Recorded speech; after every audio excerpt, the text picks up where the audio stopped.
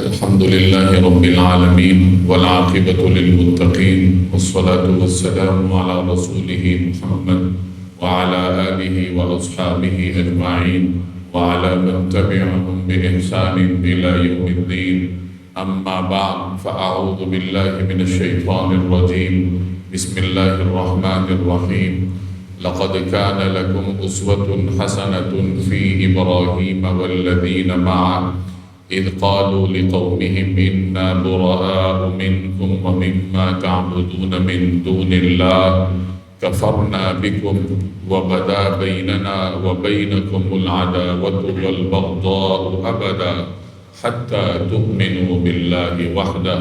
صدق اللہ العظیم. بزرگان محترم اور میرے عزیز دوستوں اور بھائیوں، انسانوں کی مذہبی تاریخ کو دو ادوار میں تقسیم کیا جاتا ہے. کہا جاتا ہے کہ حضرت شیس علیہ السلام سے لے کر حضرت ابراہیم علیہ السلام سے پہلے تک کے زمانے کو صحابی زمانہ کہا جاتا ہے. یعنی اس زمانے میں جتنے انبیاء علیہ السلام کے متبعین تھے وہ صحابی کہلاتے تھے.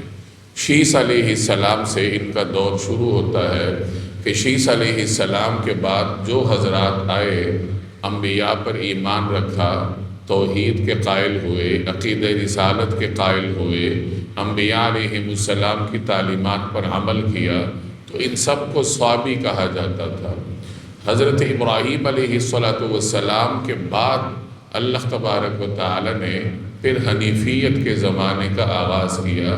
سیدنا ابراہیم علیہ السلام کے بعد کے دور کو دور حنیفی کہا جاتا ہے. جیسے ہر زمانے میں ہوتا ہے کہ پہلے کچھ لوگ صحیح راستے پر ہوتے ہیں، آہستہ آہستہ ان میں اخلاقی اور مذہبی بگاڑ آتا ہے، راستے سے ہٹتے جاتے ہیں. یہی صورتحال صحابیوں کی تھی کہ صحابی کسی زمانے میں درست طریقے پر تھے، انبیاء کے راستے پر تھے. آپ جانتے ہیں کہ تمام انبیاء کے بنیادی عقائد ایک جیسے تھے. عقیدہ رسالت، عقیدہ آخرت، عقیدہ توحید، یہ سب انبیاء میں یہ عقائد مشترک تھے. تمام انبیاء کے متبعین ان عقائد کے حامل تھے. تو اسی اصول کے مطابق صحابی بھی ابتداء میں ان عقائد کے حامل تھے، انبیاء علیہ السلام کی تعلیمات پر عمل پیرا تھے. آہستہ آہستہ ان میں بگاڑ آنا شروع ہوا، اور جس زمانے میں ابراہیم علیہ السلام تشریف لائے تو اس وقت صحابی مکمل طور پر کفر اور شرک کے چنگل میں پھنس چکے تھے. مختلف طریقوں سے شرک کرتے تھے، جیسے گزشتہ جمعوں کے بیانات میں آپ کے سامنے بات آ چکی ہے کہ ابراہیم علیہ السلام کے زمانے میں یہی صحابی تھے جو ستارہ پرستی کا بھی شکار تھے، سورج کی بھی اتباع، سورج کی بھی پوجا کرتے تھے، چاند کو رب مانتے تھے، اپنے بادشاہ نمرود کو خدا کا اوتار سمجھتے تھے، اپنے ہاتھوں سے بت بنا بنا کے ان کی پوجا کرتے تھے، اپنے راستے سے ہٹ چکے تھے. آج بھی کچھ ایسی اقوام موجود ہیں جو اپنے آپ کو صحابی کہلاتی ہیں، چونکہ ان کے مذہبی عقائد میں بہتا ہوا پانی مقدس درجہ رکھتا ہے، تو اکثر یہ دریائے دجلہ اور دریائے فرات کے کنارے پر آباد ہیں، اور چونکہ اپنے راستے سے ہٹ چکے ہیں، طرح طرح کے عجیب و غریب عقائد ان کے اندر موجود ہیں. فقہاء میں یہ بحث چلی آئی ہے کہ کیا صحابی ان کو ہم اہل کتاب سمجھیں گے یا نہیں سمجھیں گے.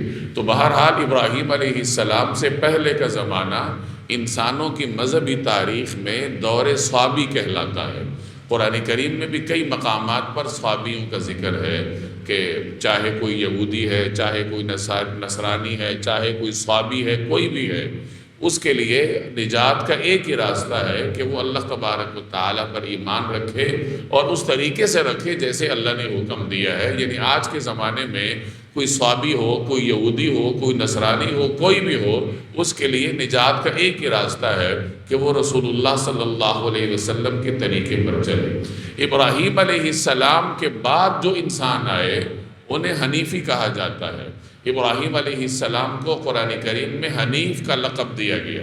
وَاتَّبِعْ مِلَّةَ إِبْرَاهِيمَ حَنِيفًا، کہ آپ اتباع کیجئے ابراہیم علیہ السلام کی ملت کی، وہ ابراہیم جو حنیف تھے. اور بھی کئی مقامات پر قرآن کریم میں ابراہیم علیہ السلام کے لیے حنیف کا وصف اللہ تبارک و تعالی نے ذکر فرمایا. حنیف یکسو کو کہتے ہیں، یعنی ایسی شخصیت جو ہر طرف سے بیزار ہو کے اللہ تبارک و تعالیٰ کی عبادت یکسوئی کے ساتھ کرے تو اس کو حنیف کہا جاتا ہے۔ ظاہر ہے کہ یہ صفت تمام برگزیدہ شخصیات میں رہی ہے۔ جتنے بھی انبیاء ہیں سب یکسوئی کے ساتھ اللہ کی عبادت کرتے تھے، جتنے بھی انبیاء کے سچے پیروکار تھے وہ سب یکسوئی کے ساتھ عبادت کرتے تھے۔ لیکن ہوتا یہ ہے کہ بعض اوقات ایک شخصیت کے ساتھ ایک وصف ایسا خاص ہو جاتا ہے کہ وہ گویا اس کا تعارف بن جاتا ہے۔ تو یہی صورتحال حنیف کے معاملے میں ہے کہ یکسوئی کے ساتھ اللہ کی عبادت کرنا ابراہیم علیہ السلام کے ساتھ ایسا خاص ہو گیا کہ یہ گویا ان کا تعارف بن گیا۔ اللہ تبارک و تعالیٰ نے قرآن کریم میں بھی ان کو حنیف کے لقب کے ساتھ ذکر کیا ہے۔ ابراہیم علیہ السلام اللہ کی عبادت میں ایسے یکسو تھے، توحید میں ایسے یکسو تھے کہ اس راستے میں جو بھی چیز آئی وہ اس سے بیزار ہو گئے۔ انہوں نے اعلان کیا کہ کفرنا بکم، پہلے فرمایا انا براء منکم ومما تعبدون من دون اللہ، کہ لوگوں اگر تم اللہ کے سوا کسی اور کی عبادت کرو گے تو میں تم سے بھی بری ہوں، تمہارے معبودوں سے بھی بری ہوں۔ اور آگے فرمایا کفرنا بکم وبدا بیننا وبینکم العداوۃ والبغضاء ابدا، ہم تمہارا انکار کرتے ہیں، یعنی جو تمہارے عقائد ہیں، تمہارے اخلاق ہیں، تمہارا شرک ہے، ہم اس کا انکار کرتے ہیں، انکار کا اعلان کرتے ہیں۔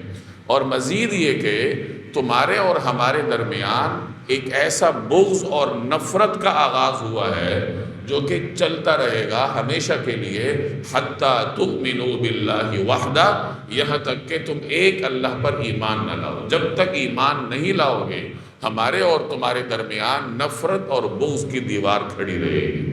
یہ یکسوئی کا مفہوم ہے کہ ایک آدمی اللہ کی توحید میں اتنا یکسو ہو کہ اسے اللہ تبارک و تعالیٰ کے ساتھ شرک کرنا گوارا تک نہ ہو، اور شرک کرنے والوں سے وہ اتنا دور ہو کہ گویا ان سے بیزاری کا اعلان کر رہا ہے۔ ابراہیم علیہ السلام کی پوری سیرت اس کی گواہ ہے کہ اللہ کی توحید کے راستے میں جو بھی آیا ابراہیم علیہ السلام نے اس سے بیزاری کا اعلان کیا، اپنے باپ سے بیزاری کا اعلان کیا۔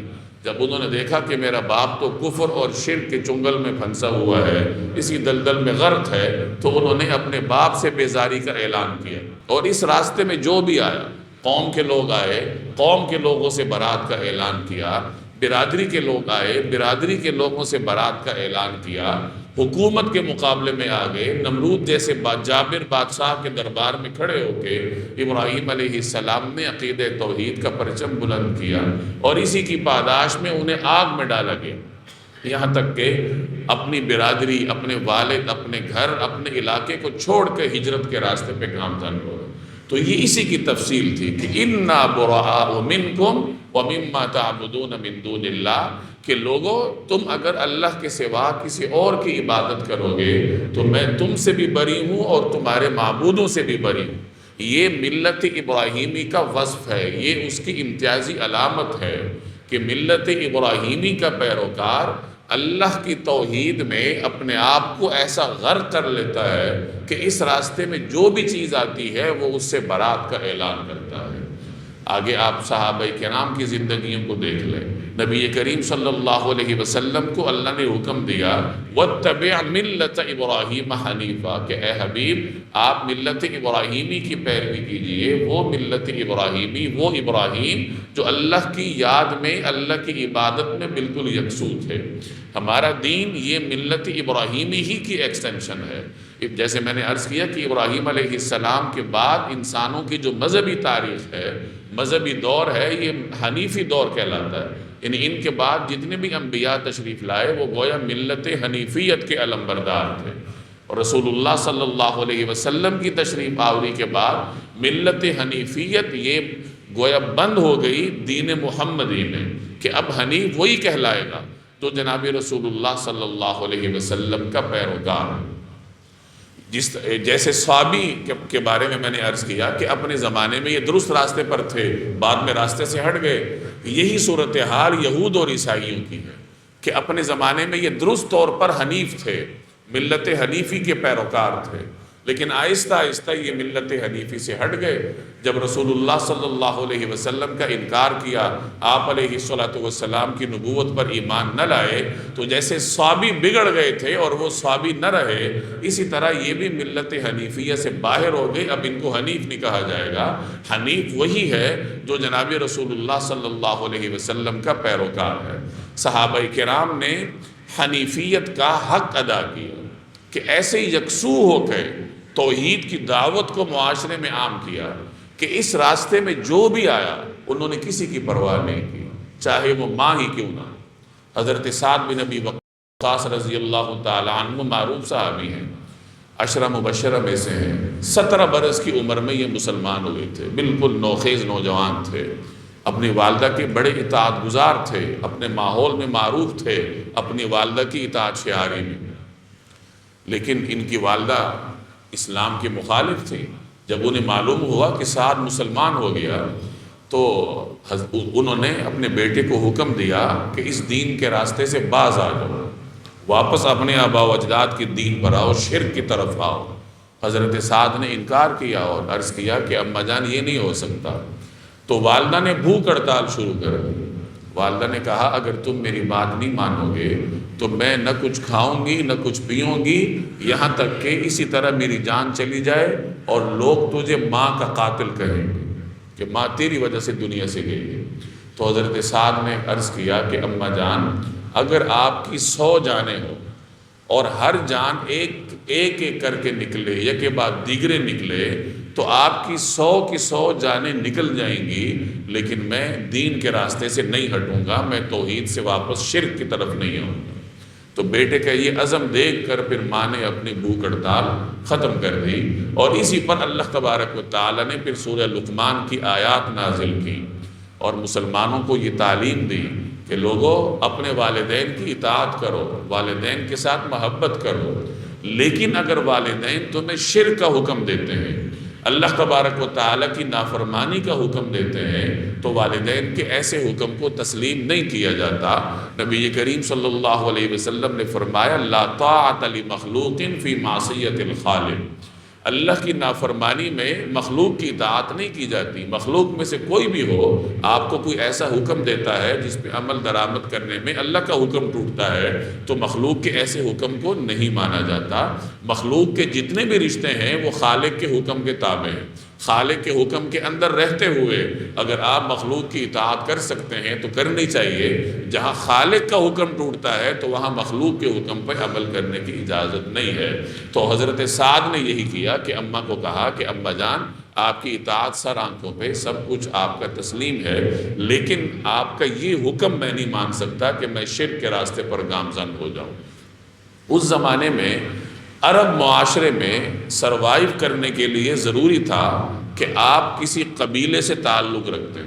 جیسے آج کل کے زمانے میں شہریت ہوتی ہے، پاسپورٹ ہوتا ہے، شناختی کارڈ ہوتا ہے، اگر باہر سے کوئی آتا ہے اسے پاسپورٹ دیا جاتا ہے، اور یہ جو دستاویزات ہیں یہ اس آدمی کی حفاظت کی ضامن ہوتی ہیں کہ یہاں کسی کے پاس پاسپورٹ ہے، باہر سے آیا ہے، یا کوئی اندر کا آدمی ہے، شہری ہے، تو حکومت اس کی حفاظت کرے گی ان دستاویزات کی وجہ سے۔ اس زمانے میں کسی قبیلے کا شہری ہونا، کسی قبیلے کا فرد ہونا، یہ انسان کی حفاظت کی واحد ضمانت تھی۔ کوئی سرکار تو تھی نہیں، نہ کوئی مرکزی حکومت تھی۔ قبیلے کا سردار اپنے قبیلے کے افراد کے جان، مال، عزت کے تحفظ کا ذمہ دار ہوتا۔ قبائلی کلچر تھا۔ اگر کوئی آدمی باہر سے آتا اور وہاں رہنا شروع کرتا تو وہ کسی مقامی قبیلے کے ساتھ معاہدہ کرتا تھا، اسے ولاء الموالات کہتے تھے۔ پھر یہ کہا جاتا تھا کہ یہ فلاں آدمی فلاں قبیلے کا مولا ہے، یعنی اس آدمی کا اس قبیلے کے ساتھ ولا کا تعلق ہے، اب اس آدمی پر ہاتھ ڈالنا گویا اس قبیلے پر ہاتھ ڈالنے کے مترادف۔ تو اس طرح لوگوں کی جان، مال اور عزت کا تحفظ ہوتا تھا کہ یا تو آپ کسی قبیلے کے فرد ہیں یا آپ کا کسی قبیلے کے ساتھ ولا کا تعلق ہے۔ آزاد رہنا یہ مشکل تھا کہ کوئی بھی آدمی حملہ کر کے مار دے تو کون پوچھے گا۔ صحابہ کرام نے جب دین کا اعلان کیا تو جہاں انہیں دیگر آزمائشوں کا سامنا کرنا پڑا، وہاں ایک بڑی آزمائش یہ بھی تھی کہ ان کے اپنے قبائل ان سے دستبردار ہو گئے کہ اس کا ہمارے ساتھ کوئی تعلق نہیں ہے، خاندان دستبردار ہو گیا، والدین دستبردار ہو گئے، پورے کا پورا قبیلہ دستبردار ہو گیا۔ گویا کہ اب انہیں مکہ کے سماج کا حصہ ہی نہیں سمجھا جاتا تھا کہ یہ ہمارے قبیلے کا حصہ ہی نہیں۔ جناب رسول اللہ صلی اللہ علیہ وسلم نے ان حالات میں پھر صحابہ کے درمیان مواخات کروائی۔ آپ نے تو ایک مواخات کا نام سنا ہوگا، مواخات مدینہ کا، جو انصار اور مہاجرین کے درمیان ہوئی تھی۔ یاد رکھیے اس سے پہلے بھی ایک مواخات ہوئی تھی، وہ مکہ میں ہوئی تھی ابتدائی زمانے میں، جب نبی کریم صلی اللہ علیہ وسلم نے دیکھا کہ صحابہ کرام سے اپنے اپنے قبائل دستبردار ہو گئے ہیں، گویا کہ وہ اپنے اپنے قبائل نے انہیں عرب سماج سے ہی نکال دیا، تو رسول اللہ صلی اللہ علیہ وسلم نے مکی صحابہ کے درمیان مواخات کروائی۔ حضرت ابو بکر کو حضرت عمر کا بھائی بنایا، حضرت علی کو اپنا بھائی ڈکلیئر کیا۔ اس طریقے سے جو مکہ میں صحابہ تھے، آپ علیہ السلام نے ان کے درمیان مواخات کروائی، اور یہ مواخات گویا کہ قبیلے کا متبادل تھا کہ اگر تمہارا قبیلہ تم سے دستبردار ہو گیا تو کوئی بات نہیں، یہ مسلمان موجود ہیں، یہ تمہارے بھائی ہیں۔ تو عرض کرنے کا مقصد یہ ہے کہ صحابہ نے یہ قربانی بھی دی ہے کہ پورے قبیلے سے برات کا اعلان کیا کہ قبیلہ اگر ہم سے الگ ہے، برات کا اعلان کرتا ہے، تو ہم بھی قبیلے سے بری ہیں، چونکہ میرا قبیلہ شرک کی طرف مدعی ہے، شرک کی دعوت دیتا ہے، تو ایسے قبیلے سے میرا کوئی تعلق نہیں۔ اور بدر کے میدان میں چشم فلک نے ایسا عجیب منظر دیکھا کہ بھائی کے مقابلے میں صف آ رہا ہے، چچا زاد کے مقابلے میں صف آ رہا ہے، بلکہ ایسا بھی ہوا کہ باپ بیٹے کے مقابلے میں صف آ رہا ہے۔ اب یہ جو صحابہ نے ہر طرف سے برات کا اعلان کیا اسی توحید کی وجہ سے، کہ بیٹا دیکھتا ہے کہ میرا باپ مشرک ہے، تو بیٹا باپ کے مقابلے میں آیا، کہ اگر باپ شرک کا تحفظ کر کے تلوار لے کے سامنے آ رہا ہے تو بیٹا عقیدے کا، ایمان کا تحفظ کر کے تلوار لے کے سامنے آتا۔ حضرت ابو عبیدہ بن جراح رضی اللہ تعالی عنہ، انہیں امین الامت کہا جاتا ہے، بدر کے میدان میں یہ مسلمانوں کی صف میں تھے۔ ان کا والد عبداللہ بن جراح وہ مشرکین کی صف میں تھا۔ اب کئی مرتبہ ایسا ہوا کہ ابو عبیدہ کا اپنے والد سے آمنا سامنا، تو حضرت ابو عبیدہ اپنے والد کے احترام کی وجہ سے کترا کے نکل جاتے تھے کہ والد کے ساتھ براہ راست آمنا سامنا نہ ہو، لیکن والد تھا کہ بار بار آتا تھا، ابو عبیدہ کے سامنے حملہ کرنے کی کوشش کرتا تھا، شرک پر ایسے ڈٹا ہوا تھا۔ تو جب بار بار والد سامنے آتا رہا تو حضرت ابو عبیدہ نے پھر اپنے دفاع میں اس کا مقابلہ کیا۔ یعنی یہ وہ صحابی ہیں جنہوں نے ایمان کی وجہ سے اور میدان جہاد میں اپنے والد کا مقابلہ کیا، اور جب اتنی بڑی قربانی دی تو اللہ تبارک و تعالی نے پھر انہیں منصب بھی بہت بڑا دیا، انہیں امین الامت کہا گیا، اور بیت المقدس جیسا مقدس علاقہ اللہ تبارک و تعالی نے ان کے ہاتھوں فتح کروایا۔